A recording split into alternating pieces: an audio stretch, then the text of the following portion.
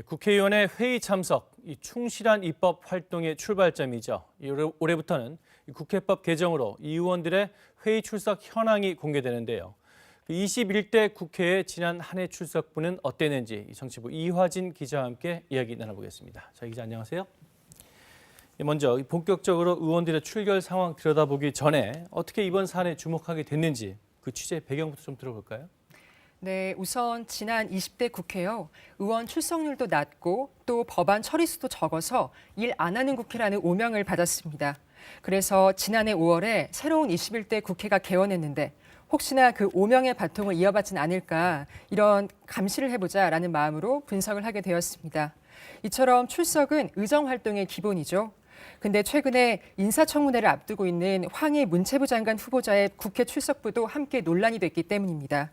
이 황 후보자가 지난 20대 국회 당시에 이 본회의에 병가를 제출하고 불출석한 뒤에 가족들과 스페인 여행을 갔다는 사실이 밝혀져서 본회의에 병가를 내고 스페인 여행.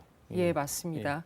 그래서 밝혀지면서 논란이 지금 되고 있는 상황인데 이제 하필 그때가 문재인 정부 들어서 첫 번째 추경안이 처리되고 있을 시점입니다. 예. 당시 야당이 추경안 처리를 아주 강력히 반대를 하고 있어서요. 민주당이 협조를 구하고 있는 정국이었는데요. 근데 막상 본회의가 열리고 나니까 민주당 의원 20여 명이 대거 불참을 해서 정족수가 부족해서 통과가 안 될 뻔한 그런 사례가 있었습니다. 이제 여기에 대해서 황 후보자에게 이유를 물었더니 여행을 간 사실은 인정을 하지만 당시 경험이 부족했던 보좌진이 병가로 잘못 기재해서 넣었다라고 해명을 했죠. 그러나 그 사유를 떠나서 중요한 건 본회의를 앞두고 가족 여행을 갔다. 이 사실은 의원의 본업을 소홀히 했다는 지적을 받기 충분합니다. 자, 그럼 이제 구체적으로 좀 의원들 출석부를 좀 살펴볼까요? 특히 어떤 의원들 출석률이 저조했습니까? 네, CG를 보실까요? 먼저 본회의부터 살펴보면요. 민주당 이탄희 의원, 그다음 무소속 윤상현 의원, 국민의힘 김태우 의원, 민주당 송재 의원 순으로 출석률이 낮았습니다. 이 각 사유를 들어보면요. 이탄희 의원은 실제 공황장애를 호소하면서 병가를 냈고요. 선거법 위반 혐의로 재판을 받고 있는 윤상현 의원과 송재호 의원은 재판 등을 이유로 사전에 청가서를 냈다고 설명했습니다. 다음 시제를 보실까요? 다음으로 상임위 출석을 보면요. 민주당 이낙연 대표가 가장 저조했고요. 무소속 윤상현 의원, 그다음에 국민의힘 윤영석, 김태우 의원, 그리고 무소속 박덕흠 의원 순이었습니다.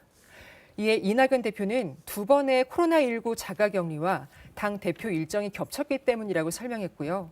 이 박덕흠 의원은 이해충돌 논란으로 인해서 국토위에서 환노위로 상임위를 바꿨지만 여전히 활동에 제약이 있었다. 이런 해명을 내놨습니다.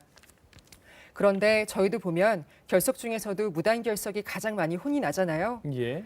예, 회의에 참석하지 않으면서 이제 사유도 제출하지 않은 의원은 무단 결석이네요. 예, 맞습니다. 본회의와 상임위 모두 국민의힘 김태우 의원이 불명예 1위였습니다.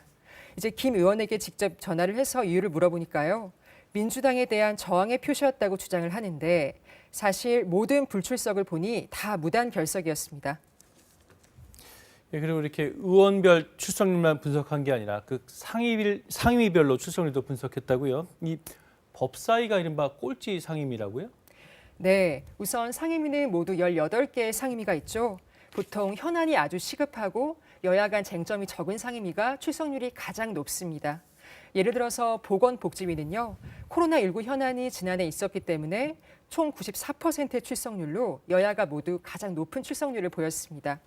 그러나 방금 말씀하셨던 법사위의 경우는 유일하게 80% 미만의 출석률을 보여서 꼴찌였습니다. 간단히 말해서 그 이유는요. 쟁점이 많기 때문인데요. 야당의 상임위 보이콧이 가장 영향이 컸습니다. 이 전체 일수 모두 25번의 법사위 회의가 열렸는데요. 예. 이 가운데 10번은 야당 의원들이 이른바 추윤 갈등이라고 하죠. 추미애 전 장관과 윤석열 총장 간의 그런 갈등으로 항의성 불출석을 했고요. 또 2번은 이 국민의힘이 관련해서 요구했던 긴급 현안 질의에 민주당이 응하지 않아서 모두 불출석되었습니다. 그런데 이 쟁점 현안 말고도 상임위를 구성하는 의원들의 어떤 선수도 충분히 영향을 미친다고 합니다. 뭐 초선이냐 재선이냐 이거겠죠? 예, 맞습니다. 21대 국회 특징 중 하나가 초선 의원들이 절반이라는 겁니다. 실제로 저희가 분석을 해보니까요. 초선, 재선 의원들은 출석률이 90% 이상이 훌쩍 넘었는데 3선, 4선, 즉 다선으로 넘어갈수록 70%대에 그쳤습니다. 실제로 저희가 직접 인터뷰를 했던 정치평론가에 따르면요. 미국과 달리 한국 의회에서는 정말 중요한 시점에서 이 다선 의원들의 역할이 보이지 않는다 이렇게 지적하기도 했습니다. 그 학교나 회사에서 결석이나 결근하면 뭐 처벌도 받고 경제적 불이익도 받고 그러지 않습니까? 의원들이 이렇게 회의에 불참하면 어떤 불이익을 받습니까? 저희가 취재하면서도 가장 안타까웠던 부분인데요. 정확히 말씀드리면 한 번 회의에 불참했을 때 약 3만 1,000원 정도의 활동비만 못 받습니다. 3만 1,000원이요? 네. 그것도 만약에 결석을 하기 위해서 사전에 첨가서를 낸 경우에는 참석을 하지 않더라도 그 3만 1,000원의 활동비를 받습니다. 지난해 국회법이 개정이 되면서요. 앞으로 의원들의 출석 여부가 모두 공개가 되는데 이 회의 불참 시에 이 수담을 대폭 삭감하기로 했던 논의가 처음엔 있었다가 마지막엔 아예 빠지게 되었고요. 또 전체 회의가 아닌 소위원회는 아예 출결 공개 대상이 아니어서 반쪽 입법이 아니냐 이런 지적도 받고 있습니다. 물론 국회 출석이 의원의 의정 활동을 평가하는 절대적인 수치는 아닙니다. 지역구 의원 같은 경우에는 당연히 지역구 관리도 해야 되고요. 그러나 그런 이유를 떠나서 국회의원의 본업인 행정부 견제나 입법 활동은 앞서 말씀드린 본회의나 상임위회의에서 모두 이루어집니다. 국민들께서 바라보시기에는 아무래도 출석률이 높은 의원들이 보다 성실하게 의정 활동을 하는 것으로 보일 수밖에 없죠. 저희는 이 분석을 통해서 이번에 21대 국회를 이끌어 나가실 의원들이 올해에는 출석에 조금 더 신경 쓰셨으면 하는 바람입니다. 예, 이혜진 기자 잘 들었습니다. 감사합니다.